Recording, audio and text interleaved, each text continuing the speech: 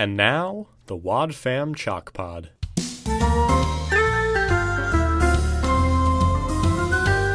Hello and welcome to the Wad Fam Chalk Pod. I'm Dylan Weaver. And I'm Andrew Sabo. And we are back again to talk about episode 833. Had to look at my notes because I am ill-prepared. The Secret of the Writer's Ruse. Hey, it's an episode. I'll tell you what. It did happen. I mean, I don't know. What do we want to say about this episode, Andrew? Do we want to go through, the context? The context whatever? is that a beneficial thing? I don't think so. Really what I want to talk about is how good Odyssey's jazz music is. It is some good jazz. I noticed that. So I listened to this episode Campbell a couple coming times. in clutch. Yeah, really good. It's elevator music but better, and it's, I don't know. As far as being a background for these interview TV show style interstitialers that we were talking about last week, it's delightful. I would listen to that with no vocals on top of it, probably on a loop for at least 20 minutes. I think 20 minutes I'd get bored with it, but yeah, really nice. Anyway, not jazz-related news. Yeah. So, I mean, John Campbell wrote the music for this, as with every episode of Odyssey, but we can shout him out because it stood out so much. Yeah, I mean, this guy episode balled out. Does he have a history with jazz? I don't know. I mean, he composes all the music. He's just a man of the styles. A man of the styles. Man of the styles. Harry Styles. This episode has 3 credited writers. That translates. It is a co-written by Bob Hoose, Phil Lawler, and Nathan Hubler, with Hubler directing. Hey, it's editing Dylan. Just jumping in here to say we actually got some really helpful info from Lee, who explained the whole 3-writer thing that we were unclear about during our recording. So I am going to cut in the audio of his explanation here. So the Secret of the Writer's Ruse was written originally by Bob Hoose as a 2-part mystery involving Suzu as well as Maury, Emily, and Matthew. And it was going to center more on the sort of mystery writer aspect of it, and also go into a little bit more about Maury and Suzu's background. Phil Lawler then took that script and reworked it to go in a different direction. I think more in the direction that Phil then takes the series later in the show, in The Good in People, which is episode 4, and then the final 3 episodes of the saga. And then those 2 different versions were then rectified by Nathan Hubler, who took them, edited them down, and turned it into a 1-part episode, which is the final episode. And then there are some parts that are still left over, various scenes throughout that Phil Lawler wrote and Bob Hoose wrote, but basically Nathan Hubler was the heavy on getting both of them put together. Hey, that was really great. Thanks for sending us some audio, Lee. And Gianna as well, who I don't think you heard in that recording, but did also send in some nice trivia. Anyway, back to the show. Yeah, that's nuts. Hubler. All right. What was that about? Oh, no, we love Hubler. I feel like I know. Historically we've been a big fan of Hubler. I know. So why'd you sound negative? I can't explain that. I'm sorry. Okay. That is Andrew's secret. But you see, keeping secrets isn't necessarily a sin. Yeah, we're going to talk about that because, yeah. I mean, another thing with the Odyssey where there's a very important word in the title. It's not a pun. It's a clue, perhaps. Ooh, you mean the book called The Writer's Ruse is a ruse? A pun? Oh, wow, that is a pun. I mean, it's not a pun. No, what is that? That's just irony?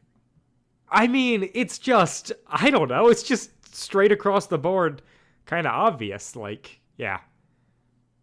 I don't know. No, irony is a form of figurative language in literature.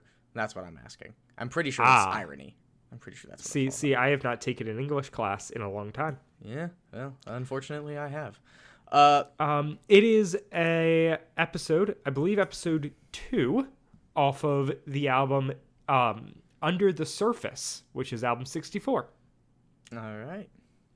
Yeah, for some reason, this episode took me forever to find on the OA Club. I don't know if you have any struggles with that, finding the episodes.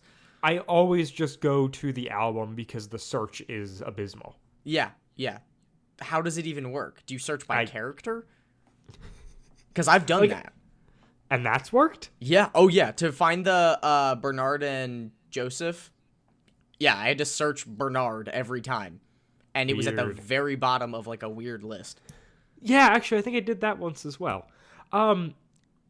So bizarre. So this episode first came out on the AIO Club on December 27th of 2017. Again, it is always unclear as to whether or not the entire album came out on that date or just episode 1, in which case this would have not come out on that date. But, we do what we can. Hey, it's Editing Dylan again. We got a little bit of clarity on this from Gianna, and I'm throwing that in now because apparently I'm just going to keep interrupting this episode. Sure. You guys were having trouble with the club dates on AIO Wiki, and I went back and fixed all the club dates. Key Suspect was actually released on August 4th, 2016, and you shouldn't encounter problems with the club dates again. Cool. Thanks for the info. And now back to the show. And then it aired on the radio April 14th of 2018. All right. Yeah, it's a new Odyssey. I'm giving it my rubber stamp of approval off the top. I mean, at least the ones that I've heard, I've really liked. I don't know. These have just been really good so far. Yeah. And this one was better than the last one, which was surprising to me. Oh, I disagree, but I still liked this episode. Okay. All right. Well, let's get into it. I think this is my least favorite of the 3 we've covered of the Rydell Saga. Well, is that not counting Sacrificial Escape, because I guess that would be number 4. But yeah, I mean, that episode is my least favorite. But we'll see what happens when we revisit it. Anyways, all right. So it's a detective case similar to last episode. But this one is narrated by Emily and Matthew. Yeah, it's very interesting as to... Yeah, is that supposed to be emblematic of something? I don't think so. Okay. I think it's just them, working on it together. I don't know. Yeah, that would make sense. Not worth analyzing. Yeah. It struck me where they were this whole episode kind of revolves around this idea that, shoot, are we getting into the episode? We didn't roll a promo and I didn't talk about the cast. What's happening today? Well, I don't know. So we have Maggie Fredericks being played by Reva Rose. Mm-hmm. Reva Rose is an old-timey actress from, who acted in stuff in the 70s and she was in old Hollywood. I don't know. Nothing that I recognize. Well, I guess not technically old Hollywood, but she was in an episode of Mr. Ed, which is great because of the Jack Allen connection there. Alan Young being the actor. But yeah, Partridge Family, love American Style. I don't know. She's been in stuff. And then that is our only new cast member, although we could draw attention to the fact that this is our first, since Sacrificial Escape, covering an Andre Stotka episode of Adventures in Odyssey with him as Wit. That's not something we've... Yeah, I look forward to discussing Wit in this episode. Yeah, I have feelings. Yeah, me too. Oh, right. Your feelings sound different from mine, which is concerning. Yeah, this is gonna be fun. All right, let's do it. All right, promo time! Next time on Adventures in Odyssey, the Jones and Parker Detective Agency is on a new case. This could be a forgotten or lost manuscript from one of the greatest mystery writers of all time. This could be the literary find of the century. But soon enough, there's a big problem. Where is it? You don't have the book? No. Solve the mystery of the writer's ruse on the next Adventure in Odyssey.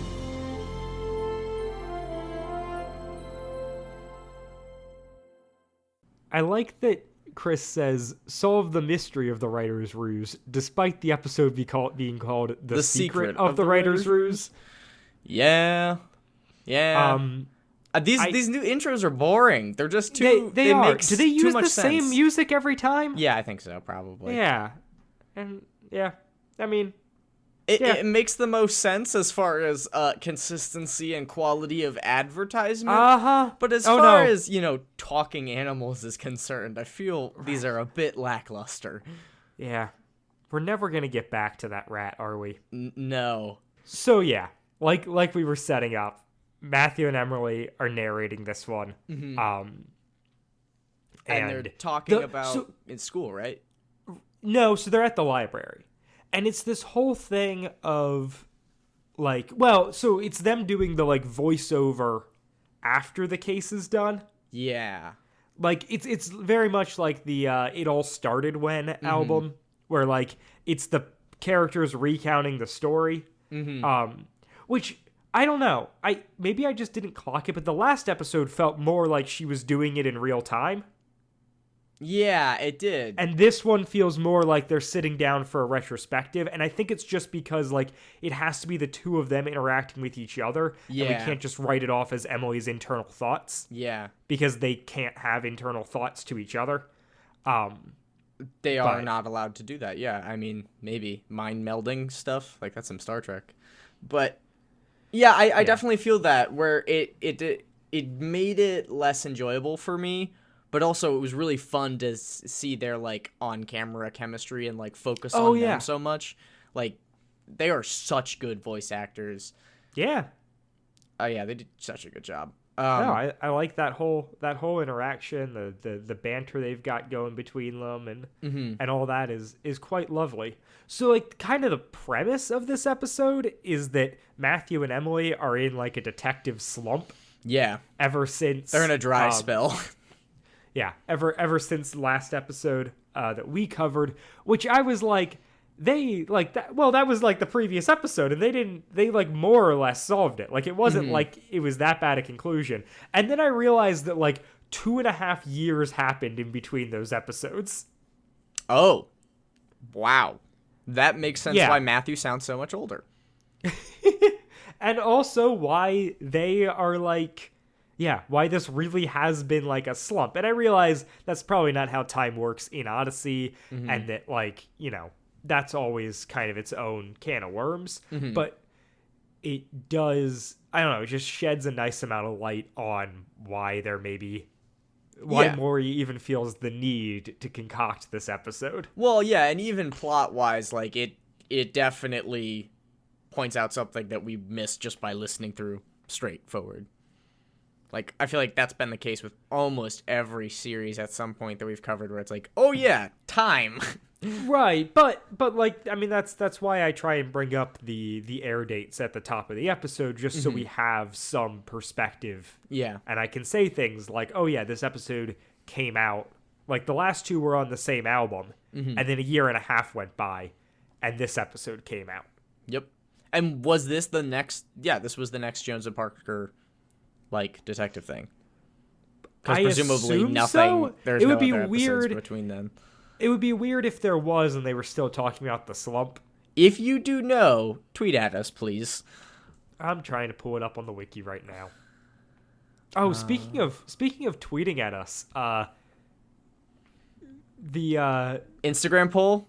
Yeah, well, and the Twitter poll. Oh, so weirdly enough, so this is the poll regarding my who would you presidential vote for, me or candidate? Andrew? Yeah. I feel like this is the only way it could have gone, which is Andrew won the Instagram poll by a pretty wide margin, and I crushed it on the Twitter poll. So, which is the best possible result. Yeah, I guess. I would also like to point out that Andrew voted for himself. Oh, of course. And two of his siblings voted for him. Yeah, I mean, one of them was probably on the show. What can I say? Percentages don't lie. I have a loyal following. So I do feel like he stuffed the ballot box a bit there, but also he would have won even regardless of those 3 votes. Anyways, with that tangent out of the way, because I know everyone was really holding their breath on that thing that we set up like 3 episodes ago, 2 episodes ago, whatever. We're in the library. Hey, Odyssey's favorite place. Yeah. It's free, truly. And there are books. Yep. And Emily is walking and reading and stumbles into Maury Rydell. Love. And what are you? Love. Are you? Oh, love. I thought you were trying to like Twilight Zone it. No. I mean, I could, but I don't see why that would. We're We're doing great. I am in a great mental state. Oh yeah. My brain doesn't feel like a fried egg at all.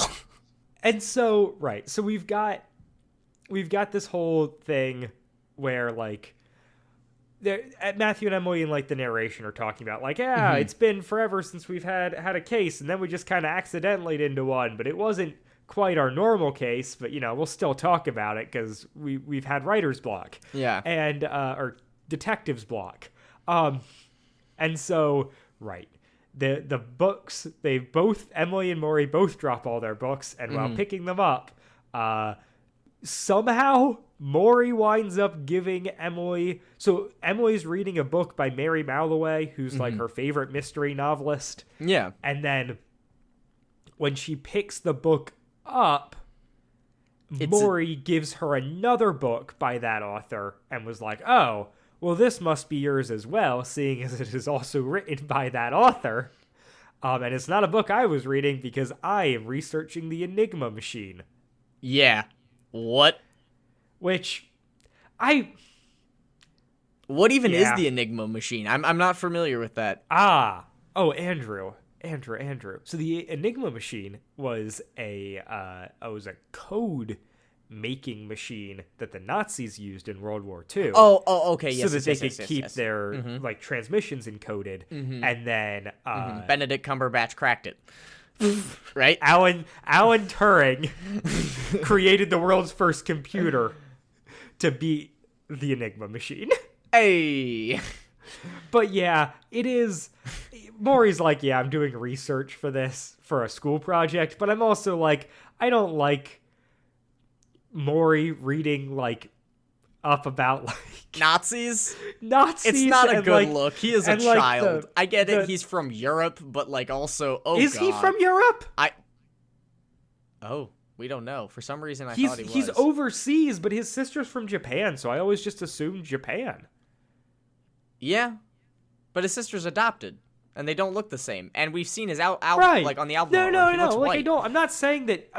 Yeah, obviously, but I'm saying like for whatever reason, my headcanon, and I guess we should state this because that's kind of the premise of the show right now, is that I make wild guesses. So I've assumed like, because they've been to 2 different schools internationally, I've just been assuming military family. Oh. And I was, for whatever reason, assuming like some sort of being stationed in like Japan, the Pacific Isles, right, and adopting a Japanese girl.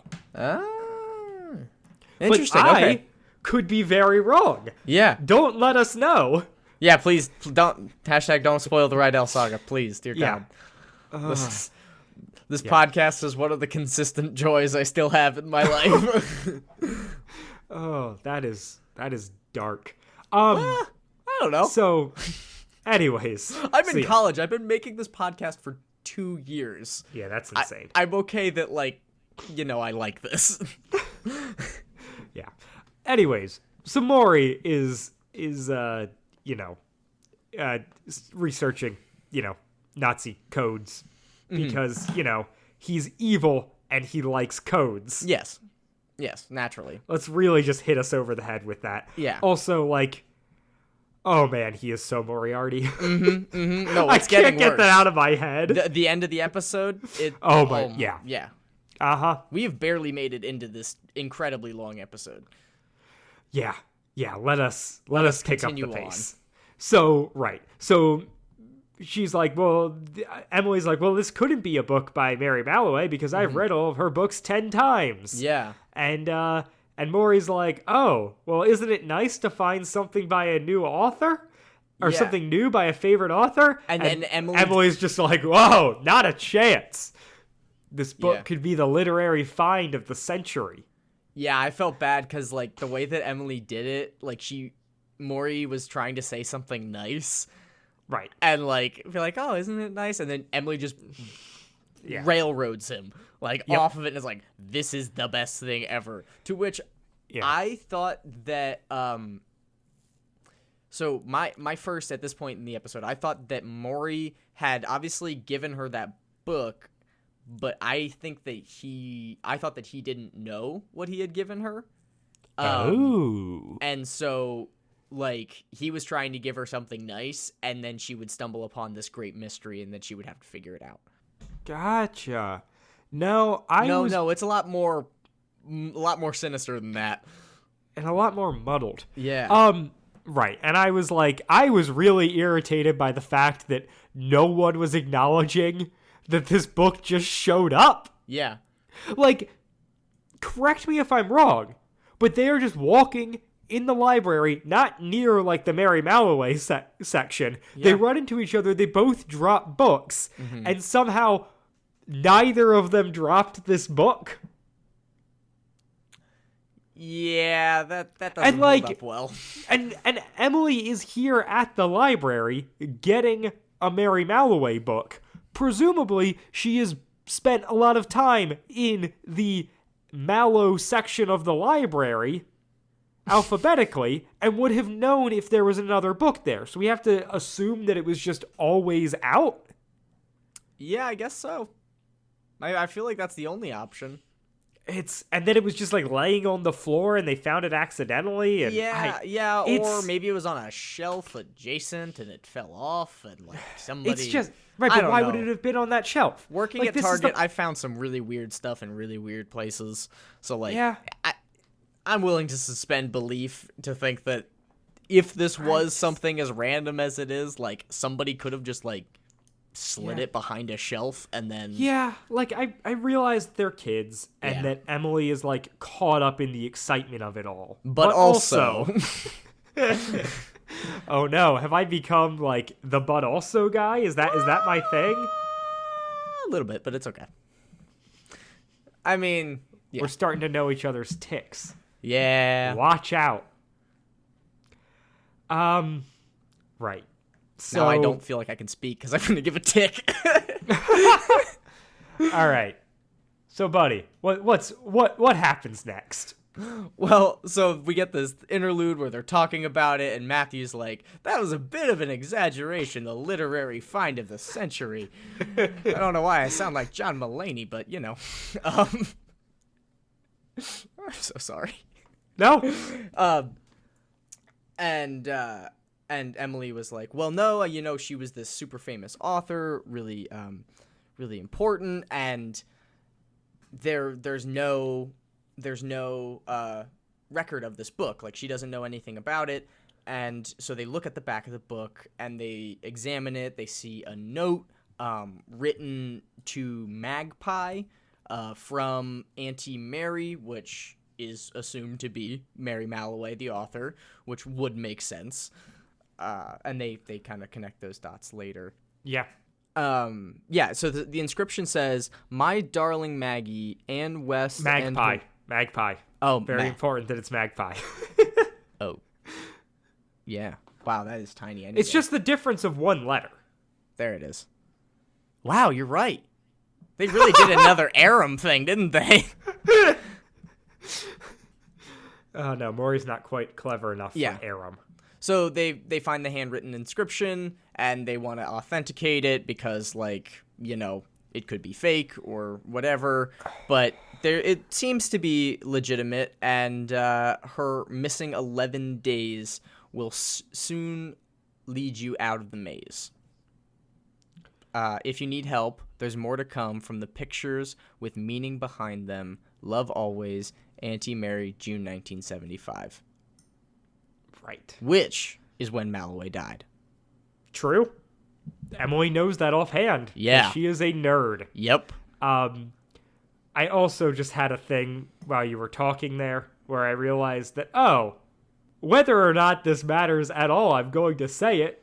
Just the fact that Maury Rydell is RM backwards. Oh. His initials are MR. Oh. And it just creates this hilarious thing where I'm like, Odyssey can't get away from it. They were like, Richard Maxwell. Yeah. And then we're going to go Robert Mitchell. Yep. And then we're going to go Maury Rydell. We only care. Every Whittaker has a J. Yeah. And every, villain has an MR. Yeah. Villain turned hero, assuming that Maury turns good, which I don't know if we can assume. Yeah, I don't know that we can. I mean, he is a child, maybe, which would because make his is backwards, he's going to turn from good to bad. Oh. Except that he doesn't seem very good. Yeah, I was going to say, if this Maybe he episode just tells turns from anything. bad to bad. Yeah. Anyway, sorry about that. So yeah, Emily then identifies Anne West as a British spy novel author. Which is interesting. So that fact is true. Mm-hmm. That there is an author named Anne West who wrote British spy novels. So Maury knew the magpie thing. Or, sorry, not the magpie thing.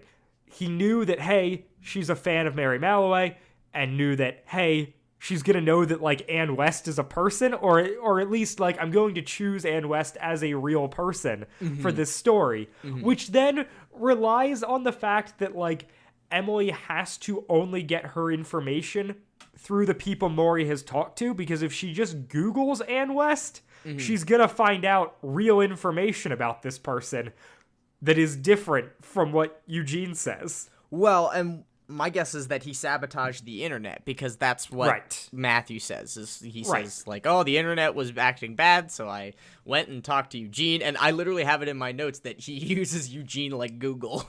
And Yep. Nope. Can't do it. Jugal? Yeah, I don't like that at all. I do, however, now, and maybe this will happen, I want to create merch that is just Eugene's name in the Google font. Oh. That's good, right? Yeah, and very on brand for you, Dylan. And are Right? we talking old school Google font? No, I like the new logo way better, but... Really? Yeah. You don't like that old No. shiny curly G Nope, and everything? it bothers me. That's But, fine. I mean, I could make both available. I would buy definitely the old one. Probably not the new one. You would actually buy a shirt that just said Eugene? I think I would have to do, the Google search bar underneath. Yeah. And I don't know what the we can riff off air on what a good alternative to I'm Feeling Lucky is, but and no, I'm not settling for I'm Feeling Blessed. That is a draft one idea. No. I was gonna incorporate something with a ukulele, perhaps. I'm feeling ukulele. Yeah. I brought my ukulele. There you go. I'm feeling ukulele. It's funny. That's so dumb, and I love it. All right. We look. If any of this makes it into the episode, look in the description. Because that means this is real. or maybe just expect it in the future. I don't know. Maybe I'm planning merch ideas. Who knows? Anyways, So, right. We then find out that the book appears to be self-published. It's the only copy. Yeah. And I'm like, they should be way more suspicious of this than they are. But Emily's like, no, it's just going to make it more valuable. And Maury's like, oh, valuable? I'm not suspicious. And then they read the donor code that's on the book, which is DBFE23. Yeah. That FE, definitely going to stand for Frank Ernest, is what my notes say. Because, you got to throw stabs in the dark sometimes. Yeah. Oh, yeah. So I guess in this talking, it comes up that it is actually a library book, which then I guess makes it a little bit less suspicious. But right. So Matthew's like, well, can we look up the list of donors? And Emily's like, no, I've done tried that that before, and you can't. Yeah. They don't keep a list of that. But Wit is on the library board because of course he is. Well, yeah. So I mean, at this point, Connie's like 60 and mostly running the store. So like, Wit, who is immortal, can definitely afford to spend some time on the board of library. I like to think that he's on the board for every organization in Odyssey. At least the ones that are relevant to the plot. Right. Fair enough. So they're then gonna split up. Yeah. Matthew's gonna go research Anne West. Emily's gonna go talk to Wit, and Maury doesn't want to help investigate because they're the real detectives. Yeah, let us know if you have any problems. Yeah, let us me know. Yeah, if So that fed into me being like, oh, Maury's shy and is still into Emily and like doesn't want to be a problem or anything like that. Like he doesn't want to embarrass himself because he's not good at it. Maybe that's projection. I don't know. Yeah, but for me that was like, oh, he's being suspicious. Oh no! I was like, oh, this guy's in love with her, and yeah, he's just trying to get some distance because she's doing something. Yeah, I mean that's still my theory for the record. I think that he is. I think that he's crushing on Emily pretty hard, but who knows? I would say that this episode makes that very clear. No, this episode's not really where I'm drawing from it for, because then the end makes it maybe that's not the thing. I don't know. We'll get into it. You like that tick, folks? We'll get into it. We'll get into it.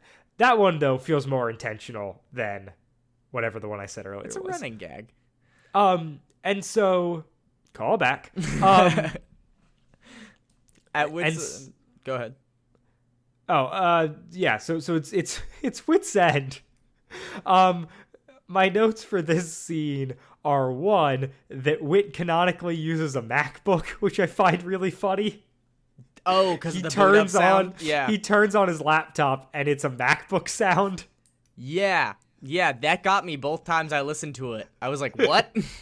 Yeah. They definitely just recorded a soundbite at the studio for that. Yeah. And then Wit gets into... He just... Vague. Well, my notes just say, like, he just, like, spits a proverb at her in a way that feels unorganic, like, at the end of a VeggieTales episode where QWERTY just says something. Yeah, well, she's talking about secrets, and then Wit's like, well, there's a proverb that says that something, trustworthy man keeps secrets or whatever. Yeah, and Emily's like, isn't keeping secrets wrong? Because Odyssey loves to talk about secrets, and 90% of the time, well, I would say 99% of the time, they're bad. Except for this episode, where secrets are good. Keeping secrets isn't necessarily sin. The question you should ask yourself is keeping this secret helping or hurting someone? And would telling someone this secret be helping or hurting them? Which is logic that does not hold up under any scrutiny. So, like... Go on, Andrew. Just because, like... I get it. I get looking at secrets as a more, like, relationship thing. Like, what are the dynamic pieces of that? But, I mean, there's a lot of times when you need to be honest and bring forth secrets that aren't going to make the other person feel good. I would argue that, like, most of the time that secrets need to come forward. But in the grand scheme of things, are you helping that person by bringing forward the secret? Or hurting them by bringing forward the secret?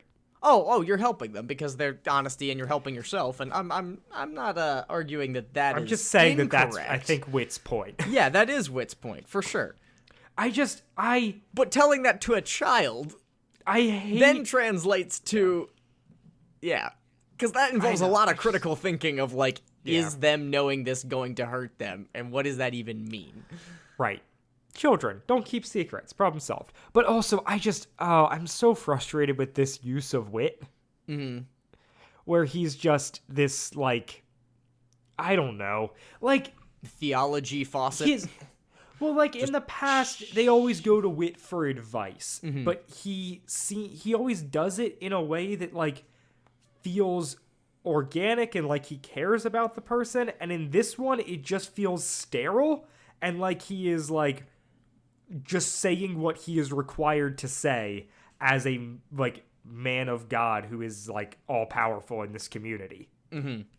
Like it doesn't feel like he cares about her or that there's any real relationship with her. It just feels like he heard the word secret and then was like, okay, what Bible anecdote can I come up with to like tie this in, and then stated it and was like, there you go, problem solved. And I'm like, this is not my Wit. Yeah, using the Bible to yeah, that's pretty yucky.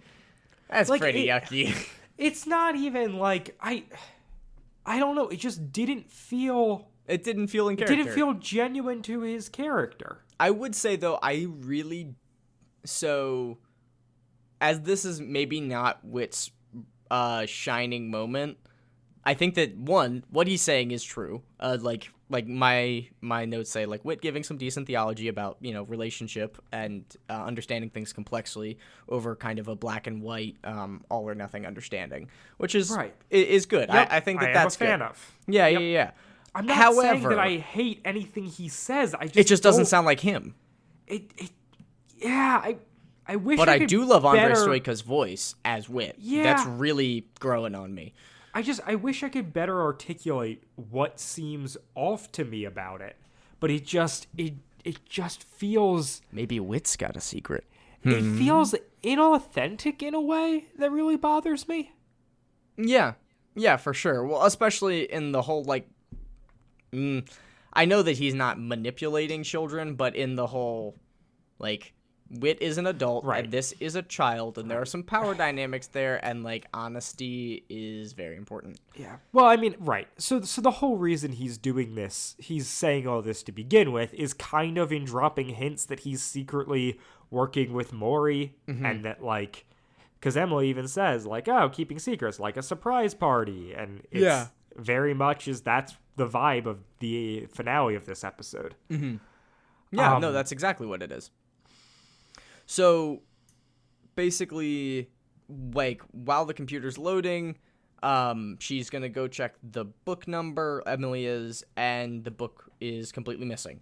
And so... Right, it's not in her purse or whatever. Yeah. Not in her bag. Yeah. I believe she says bag. Perhaps she seems like a backpack kind of girl. Yeah, backpack, or maybe, you know, libraries were always tote bag for me. Oh. Like, I had a library tote where you put all your books in there. Yeah, maybe she's a tote girl. A tote girl. Yeah. Tote girl totes coming soon. I need to stop making merch promises that I will not ever. I mean, I feel like that wouldn't be that hard to do. Yeah, but it wouldn't be good either. Like, it's a weak joke. Yeah, that's fair. Anyways, miss 100% of the shots you don't shoot. So right. So she just has a book about the Enigma. Oh, wow. That's not a clue at all that Maury is completely involved with this and that she has not picked up on that. I mean, she confesses to it later having, you know, some sort of awareness, but at this moment I'm like, how are you not seeing this? Oh, yeah. And so, right. So then she gives Wit the code from the book, the DBFE 23, and Wit just plugs it into a database and comes up with the thing, which is exactly what Emily said she couldn't do earlier. And I realize that Wit is lying, but still, this really bothered me. Yeah, no, for sure. It, again, and I didn't realize that what was happening until the very end, but it definitely... No, this episode twisted right at the last second. Yeah, a lot. Like... a lot. They solved the mystery in the show before I did. Yeah. Like, miles ahead. I was nowhere close to that. It just kept going deeper. Yeah. Yep. It was an enigma. Oh. An enigma wrapped in an enigma. Wrapped in a metaphor. So, right. Well, so Emily's like, oh, well, I'm going to go through the donor archives to see if this person also gave money. Because if they've got an estate, they probably have money. Good detective work. Love it. Yeah. And then Matthew talking to Eugene about Ann West. Because, of course, Eugene is the research assistant for the library. And now I'm also like, is he? Was that actually true? Or was this an act as well? Well, and Matthew seems surprised. So, like, I maybe he's not. Maybe, I don't think that he is. Yeah. I think he's just posing. Yeah. And, right. Libraries are great for posers because no uniform, you know? So right. Then, and maybe to further this, Matthew asks Eugene, and it doesn't seem like he looks anything up because... You know, the internet's down, and it doesn't sound like he's, like, ruffling through a book. It sounds like he just spews off all the information about Ann West. Well, that's why I'm saying that he used him like Google. Right. Oh, right. Yeah, fair enough. He just is like, hey, so, like, I need to know about this, and Eugene's like... Right. And I thought Here's this the was answer. I thought this was just a Eugene is a genius joke. Right. And then I'm also going to go into the history of the Cold War. Yeah, a little bit. He also states... And nobody draws attention to this the entire episode, but it jumped out to me as a clue, that Ann West died in 1975, which is when we know Mary Malloway died. But now, who even knows if that's true? Yeah, we don't. Nobody knows. And then he explains that Ann West had this thing where she went missing for 11 days. Yeah, and like it was this big thing. And now in hindsight, looking back to it, listening to Eugene talk it up, I was like, in the moment, I suspended disbelief that just Eugene was a plot device and also a nerd, and like he just knew everything about this. That is Eugene. Yeah. Like the problem is that we are. Like, the mystery is made up in a show that is made up of made-up mysteries. Yes, and we know the show real well. Right. Too well, some may say. They do. And not well enough, other people would say. Yeah. I've been duped. And so, right. He's like, it remains a mystery to this day, these 11 days that she went missing, and afterwards she had no memory of the time. And of a he's making fortnight. Or I guess he's using Maury's script, but he's made all of this up about an actual author. Yeah. All of her spy details in the books made people think she was also a spy, which won't be important later. Yeah, that was really disappointing. That really bummed me out. And maybe it is, and it just never gets explained. What? I mean, it kind of is. Like, it's something with the government, yeah. Right, but right, I think that's once again a fabricated thing where she's not actually a spy. No, yeah. But Nancy Fergus, who also isn't a spy, is a spy. Mm-hmm. So, there's that. All the way down. This episode. Yeah. So Emily then returns, and wait, let me find it in my notes because I don't want to just read from the wiki. Yeah. That's fine. Like Google, people thought he was a spy. Found local claiming no memory to be comforted. Okay, so then we get Matthew and Emily going. Like Emily comes back to Matthew because because she lost the book and was wondering if he had it.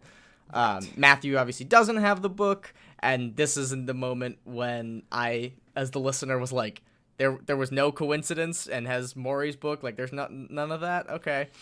Nope, they don't care. This is what I'm saying about it being like a mystery. Like, we're noticing stuff that they're not noticing that strikes us as weird. Yeah. But they're like, they should be. Right. Yeah. Right. So it's this whole problem where it's like, oh, like they fell for this mystery because they didn't solve it well. Mm-hmm. And then we fell for it because they weren't solving it well. I don't know. Well, and think about it. A year and a half after the old one, after the last episode came out, you know, if Maury is involved in between that time, which I don't know if he is or not. Yeah, that's actually a good question. I'm going to check. Like, people wouldn't assume anything nefarious about him. Maybe they would a little bit, but nothing terrible yet. Don't look at anything about Maury's biography. Nope. The only episodes Maury is in are the Rydell Saga. Rydell. Saga episodes. So yeah, I don't know. And then Matthew and Emily, they go to the donor archives, right? Because they're looking for the lot number. Right. Like, what is so it? they go into the Ferguson basement. lot 23 is what they're looking Yes. for. Ferguson Estate lot 23. Yeah.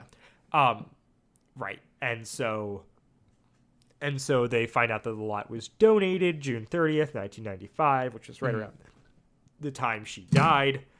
1975. It was also... Yeah, what did I say? I thought you said 35. Oh, maybe I did. Sorry. No, I kept messing that up. I'm mishearing it in the episode. I couldn't tell if it was 55, 75, or like 35. Well, there is stuff that also takes place in 55. Yeah. Yes. That's Yes. when the 11 days happened. Yes. In 55. 20 years before she dies. Right. Interesting. Yeah. And so, right. So then they're like, well, if they donated all this stuff, maybe there'll be in issues of the Odyssey Times. But Yeah. Eugene's like, well, there are none. Our archive only goes back to 87. And so they go to the Odyssey Times. Yeah. With Dale Jacobs.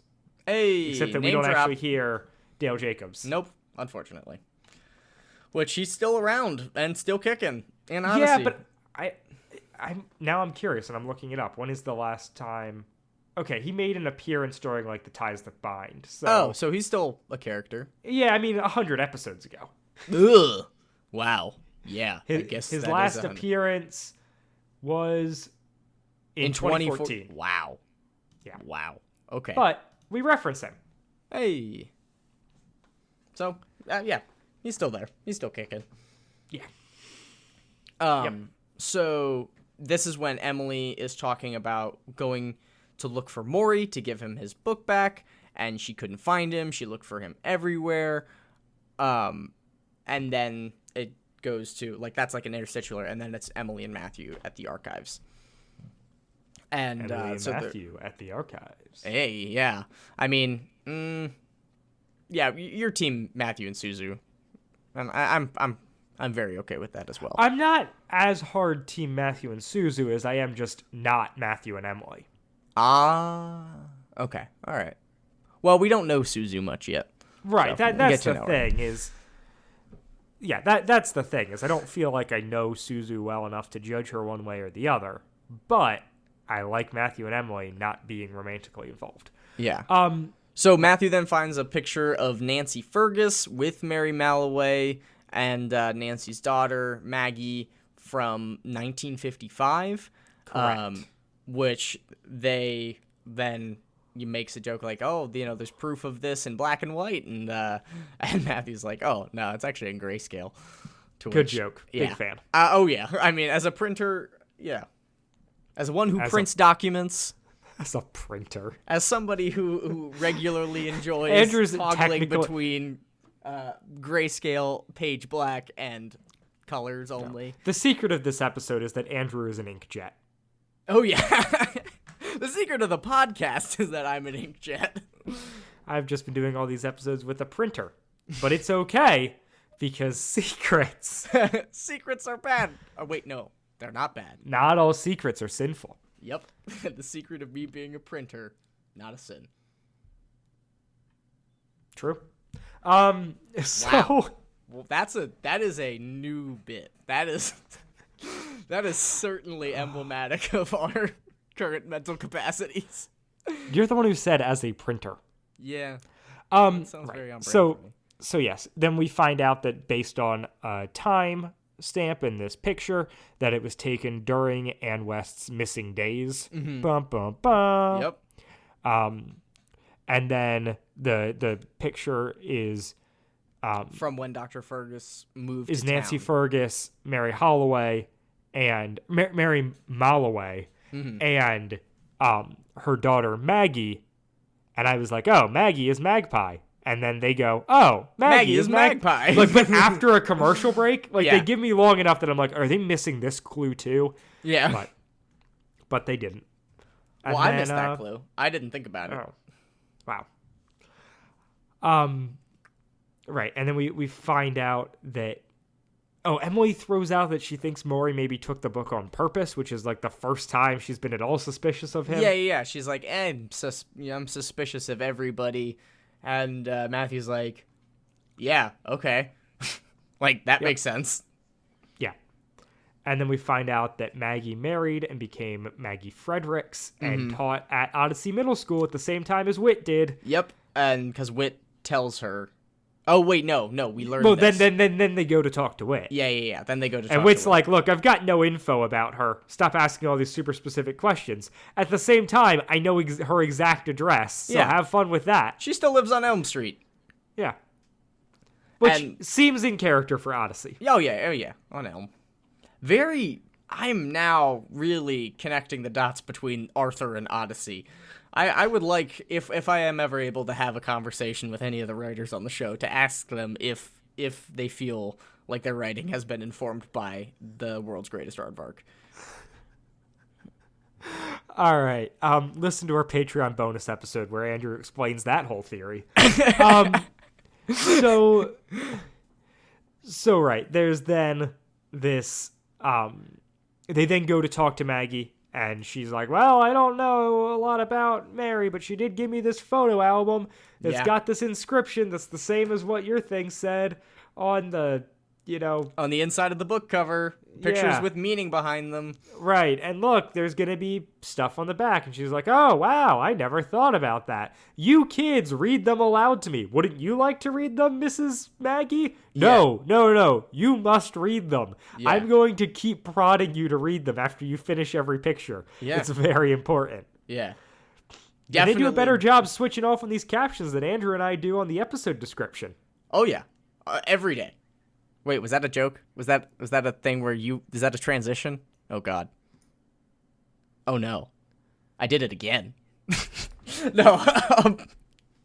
So they're going through this, and they're telling the story. So Maggie, Auntie Mary was not her actual aunt by no blood relation, but they were around a lot when Maggie was growing up, and so they were super close, which, again... I was like, oh, okay, that makes sense. If she's a spy, maybe she has friends or whatever. Because I had a really hard time discerning between Mary Malloway and Ann West because I only picked up on Ann West. They're supposed to be the same person. Yes. But they're two individuals in reality, or in the show's reality, who are not the same person. Yes. But then Maury pretends that they are the same person, and Eugene and Whit go along with it. Yes. Because that is part of this whole reveal. Yeah. Is like they start reading the stuff behind the pictures, and it's like, oh, Nancy Fergus was a spy, technically named Charlotte. Yep. And Mary Malloway was also Ann West. And Maggie was this person, was like the child of like a rival spy who was then adopted by, Nancy Fergus. Because her mom left her behind, or... whatever. Yeah, something like in a case, and they weren't going to turn her over to the government, so Mary helped her out during the 11 days. Mary just wrote spy novels and was, like, really good friends with the spies, but, like, wasn't actually a spy herself. Yeah, and she had done a bunch of research, and she had a lot of connections, and so they hid her in Odyssey. Very much a Harry Potter thing, now that I think about it. Yeah. And so it's just like this nice wrap it up with a bow on it, kind of like a little bit far out there, but not crazy compared to what we were used to in Odyssey. Mm-hmm. And then we Wasn't get the that reveal, a satisfying mystery? Right. Where she's found out that she's adopted, and her reaction is, oh, that was a satisfying mystery. And Emily and Matthew are like, oh, you crazy person, you made all this up. Yeah. This doesn't, none of this works. Why would, if Mary Ann was trying to be secretive, why would she stop for a newspaper picture? Yeah. And like Mary and Ann are famous people and they look exactly the same. And, pictures were taken during this secret trip. And, she was, although it was Ann's secret trip. So I kind of like, no, that actually I feel like works. Like she took pictures as Mary, not as Anne. So, like, I'm kind of okay with it. But whatever. And, yeah. Maggie's like, all right, you caught me. My name's Eden Hope, which is extremely biblical. Yep. And now, Wit, Eugene, and Maury will come out. Hey, give him a round of applause, everybody. Yay! Yeah, so Maury set up the whole mystery. Wit and Eugene helped them out. Maury's whole plan was to cheer them up because they didn't have new cases to solve. Yeah, and then he gives the book to Emily as like a memento of the case, which, oh my gosh, it's probably got a bug in it. I just realized that. I know. Did you think about that while you were listening to it, or during No, I thought about it literally the same time you did. Yeah. We had the same thought at the same time, because Odyssey has never had books with bugs in them before. Never, certainly. So yeah, there's that. That should be fun. Looking forward to that. I really hope that's not the case, but if it is, I'm not going to be mad, because that means that this is going to get interesting. I mean, I'm going to be happy because it means that we were right about a prediction. Hey. But like, so the thing that's explained here is Maury's like, well, I couldn't have given you, I had to steal the book back from you because you would have figured out it was a fake pretty quickly. Yeah, because it was just a cover, essentially.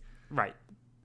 Yeah, that. And then they wrap up their little thing and are like, yeah, it was fun to solve a mystery again, even if it wasn't a real one. Maybe we should do this again sometime. And then we cut to Maury. Alone in his room, typing. I have to admit, they were good. It was a risk it was a risk to show them a page from my playbook like that, but it was worth it to see if they could keep up with me. And of course they couldn't. No one could. I shouldn't have expected that anyone in this town would be that good. Yeah. He chuckles. It's sinister. Yeah. They could keep up with him. Yeah, no, they totally did. I mean, they didn't figure out it was him, but they would have. Like, they figured out that this was all a fake mystery, and then if they had been given the time to further investigate, they would have figured out the rest. So let's talk about this monologue. I mean, obviously, the page from my playbook definitely, at least within the Rydell Saga, shows that, like, okay, Maury is the mastermind of this, right? Right. Everything that's the page from his playbook he's in charge of. Was being able to manipulate Wit and Eugene? What was the play? The play planting a fake book? No, like, I mean, the classic Moriarty thing is to create a problem for the other person to solve. Right. I guess the play is that they knew that he made a mystery. Yeah. Which up till now, they haven't known that he's been behind anything. Yeah. Which is incredibly dumb. But I guess love makes you do dumb things, you know. More fuel to my flame for this theory. And then we get Andre Stoika's Wit praying, which I love. I would like to say that I feel really good about this. I really like how he prays. It's very personal. It's not... I thought it was like... I didn't catch the Dear Lord at the beginning. Mm-hmm. And so at first I was thinking, like, oh, he's journaling. Mm-hmm. And then I was like, oh, no, he's talking to... Yeah. He's talking to God. And it's good. We don't see that many instances of people praying in Odyssey. I don't know. It's this continuation of the weird, like, supernatural wit thing where, like, he like Castles and Cauldrons, he gets a flash of this, like, being able to foresee the future and know that, like, something is awry here. And I mean, that's a thing that does... I know. Sorry. That's, I mean, you know. But I also can't help but see it as a plot device within the narrative of the show. Oh, yeah. And then that itself feels yucky, but, you know. Yeah, but, right. So the whole thing is just that it's, you know, he's suspicious now that, like, Maury, he doesn't think that Maury was doing this just to make them feel better. Yeah. I really like the end of it. He says, Lord, if there's something more to this, something I need to do, please make it clear to me. Which I like because it's not a domineering, like, what do I say? Or how do I get to the bottom of this? Or whatever. Like, it seems like a very humble, looking at it from a very broad perspective of just, okay, I know that I have these feelings, and I'm worried about them, but God, like, if there's just I trust that you'll take care of me, and so this is me listening to you and what you have to say. Yeah. Which is nice. Fair And enough. I do like Andre Stoika's voice as well. I know it's not my favorite, but hearing him pray it's just real nice. It reminds me a ton of a therapist I used to have. More so than any of the other Wit voice. Huh. Yeah. Well, there you go. Shout out to Andrew's former therapist. So yeah, that is it. I don't know. Do you have any other thoughts about the episode? I enjoyed it. I didn't have a bad time listening to it. I'm just kind of like, I'm a little bit underwhelmed by like it was a fake mystery thing. And like I don't feel like any characters progressed in this episode, which is my biggest complaint. Like I'm like, no, the best part of the episode, the most enjoyable for me was definitely the Matthew Emily chemistry and like the interstitialers, and let us not forget the wonderful, wonderful jazz music. Right. That fills this episode. It's good. I just like the last two ones really like got the ball rolling in a direction, and this one felt like, we're just gonna like give the ball a nudge, but like, nothing really changes much. Well, because it wasn't a real mystery. Right. That was the thing where it was like, I get it. I mean, it was, and I'm sure obviously the whole him giving that, obviously this plays into the larger Rydell Saga a good bit. Right. But definitely one of the more lackluster episodes. I mean, nothing compared to Parker for President or Key Suspect. So yeah, that's exactly it. I still liked it better than Sacrificial Escape. It just felt like, hey, we've had like a lot of like, there are way worse episodes of Odyssey. Don't get me wrong. It's just the last two episodes were so strong that I was like, oh no, this one like kind of stumbled a bit, but like it stumbled forward. Yeah. It's not like a step back. So yeah, not as graceful, but the plot's still going. What episode are we covering next week? Well, I mean, this is usually the point where we do plugs, Andrew. Oh, that's right. You're right. Are you okay with doing plugs, Andrew? I'm very okay with doing plugs. I would like to plug, because I haven't done it since we've jumped into this new miniseries, my Letterboxd account. Hey, if you like watching movies and want to hear what I have to say about movies, follow me on Letterboxd at DJWeaver29. There you go. That is, not for everyone, but I don't know. It's one of the more enjoyable things that I feel like I do publicly on the internet. So give it a shot. Maybe you'll find something. Maybe you'll find a movie you love. Maybe you'll avoid one you hate. Anaconda. Great movie. Yeah. I see no complaints here. I mean, I'm also on Letterboxd, but I do not have my account name memorized, and I don't use it as much as Dylan does, so don't follow me. It's not worth it. Okay. I will not be putting a link of that in the show notes. And that's my plug. It's an inverse plug. Okay. All right. Anything Isn't that else, just Andrew? a drain?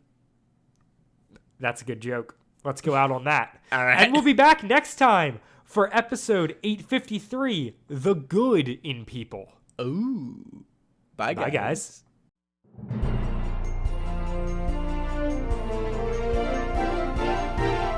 WadFam Chalk Pod is a presentation of the Lidditz Podcast Co-op. Follow the podcast at WadFam Chalk Pod on Twitter and Instagram, or email us at wadfamchalkpod@gmail.com. The Secret of the Writer's Ruse was hosted by Dylan Weaver and Andrew Sabo and edited by Dylan Weaver.